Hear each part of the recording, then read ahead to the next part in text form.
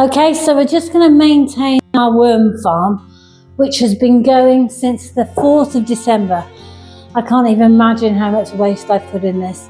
Monty keeps saying to me, you must be ready for the next layer. Every time I go back, it's shrunk, so you can put a huge amount of waste in this kit. So let's look at it. I haven't looked at it before, so you can see it as it is. So you can see that some worms have started to come up into the next tray. So I'm so close to adding the next tray. But for today, we're just going to go for maintenance, not adding waste. So here's my layer. Now you'll notice there's no moisture mat on top. That's because they've basically eaten it.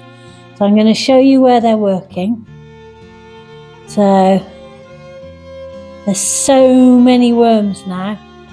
And you can see just here a cocoon. So that contains between 5 and 15 baby worms when it hatches out. So this tells me the kit's totally healthy. But there's a bit of a whiff, bit of cabbage, which I added a couple of days ago. But there's also just a bit of a whiff. And I can see that it's really wet. But I can also see evidence of where the worms are actually doing such a good job. So every single dark speck you can see is a worm cast. So I know we're on full action. And I just can't imagine how many worms are in here. By the way, it's warm to the touch. Now you see these tiny specks of other bugs. That's fine. There's so many decomposers that are working for you. There's no problem with that at all. Eggshell going. So how am I going to maintain it? The first thing I'm going to do is to empty the liquid out, which is a bit of a palaver, so bear with me.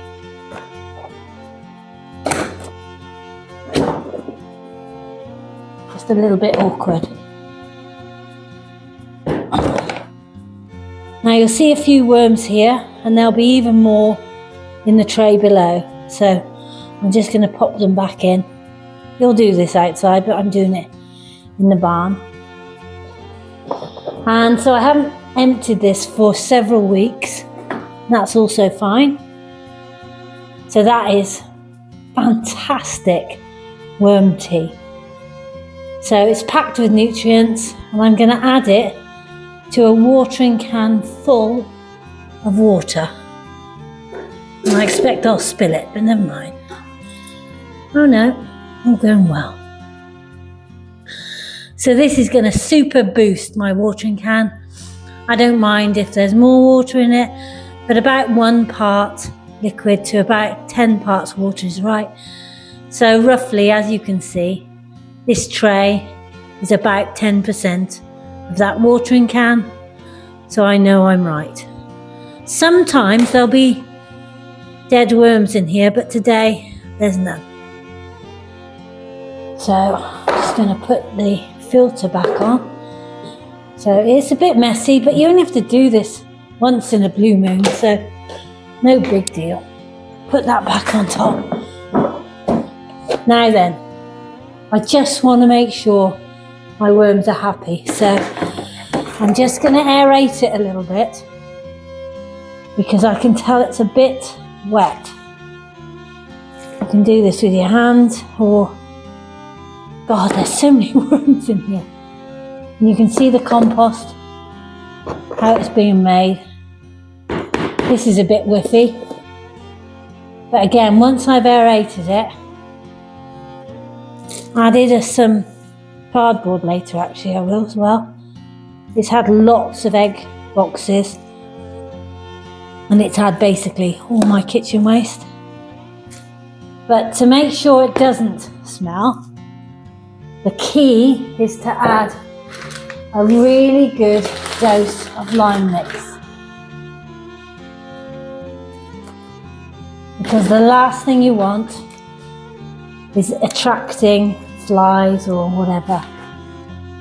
So I'm just going to add that, mix it in a bit.